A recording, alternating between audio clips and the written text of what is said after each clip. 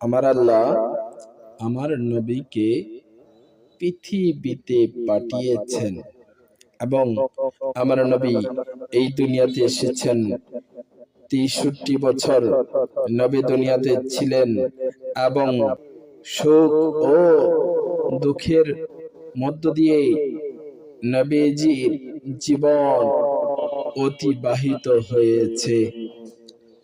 আমার নবী দো জাহানের বাদশা নবী, ওই নবী যিনি উম্মতের জন্য কেঁদেছেন। ওই নবী যখন মক্কার অলিতে গলিতে ইসলাম প্রচার করতে চাচ্ছেন, তখন আমার আল্লাহ রাব্বুল আলামিন নবীর প্রতি ওহী নাযিল করা শুরু করে দিলেন।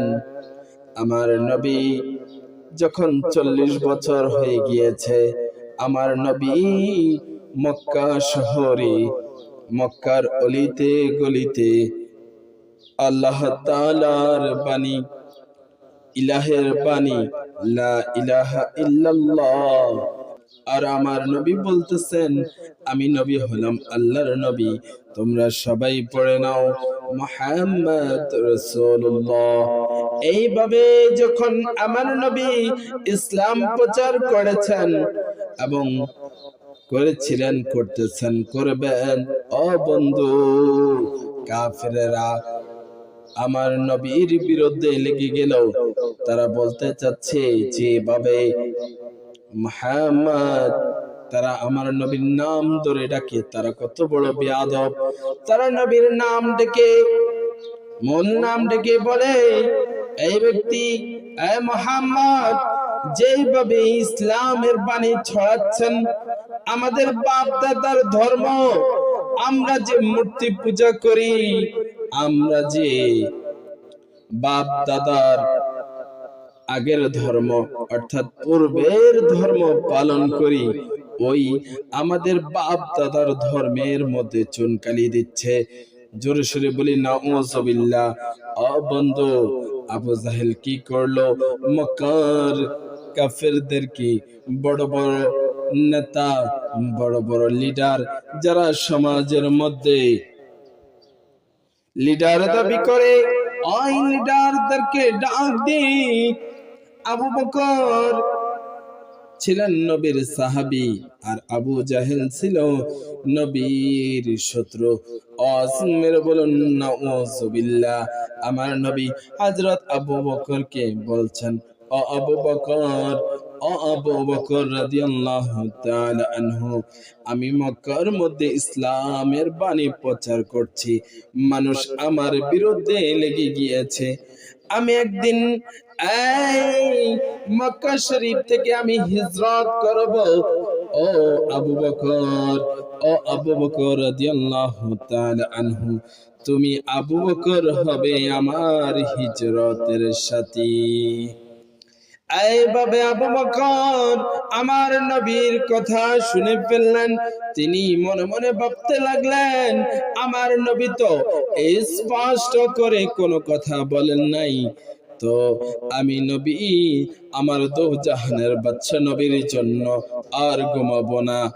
আমি আমার নবী কখন আসে, দো জাহানের বাদশা নবীকে যদি আমি দাঁড় করিয়ে রাখি, আমি স্বয়ং আল্লাহ পাকের কাছে কি উত্তর দেব, কি জবাব দেব?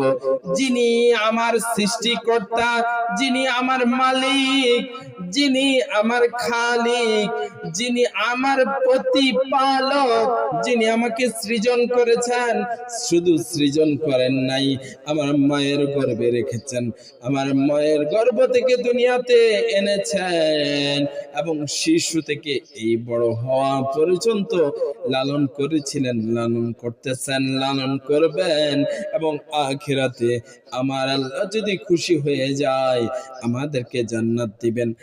আর আমার নবী যদি খুশি হয়ে যায় আমার আল্লাহ খুশি হয়ে যাবেন। আর আল্লাহ রাসূল যার জন্য খুশি হয়ে যাবেন তার সাথে রাসূল দেখা করবেন। শুধু তাই নয়, আল্লাহ রাব্বুল আলামিন কিয়ামতের মাঠে মানুষদের সাথে দেখা করবেন। আল্লাহ তাআলা কোরআন শরীফের মধ্যে বলেন, উজুহুই ইয়াউমা ইযিন নাদিরাতু ইলা রাব্বিহা নাসিরা। সেদিন মানুষ আল্লাহ রাব্বুল আলামিনকে দেখতে পারবে, যেভাবে তারা তার পৃথিবীর জীবনের যত কিছু আছে সেগুলো দেখতে পায় বন্ধু। তবে আল্লাহ তাআলার কোনো আকৃতি নেই। লাইসা কামিসলিহি শাই, আমি আল্লাহর কোনো মিসাল নেই, অর্থাৎ কোনো উদাহরণ নেই, দৃষ্টান্ত নেই, আকার নেই। আওয়াজ মেরে বলুন আল্লাহু আকবার। ও বন্ধু, আবু বকর মনে মনে ভাবতে লাগলেন, আমার নবী কোন দিন জানি আমার দরজার সামনে এসে দাঁড়িয়ে যায়, আর যদি দুজাহানের বাচ্চা নবী যদি আমার জন্য অপেক্ষা করে, এটা ভালো দেখা যায় না। যেই নবীকে সৃজন না করলে, যেই নবীকে তৈরি না করলে, যেই নবীকে না বানাইলে আল্লাহ পাক 18,000 মাখলুকাত সৃষ্টি করতো না।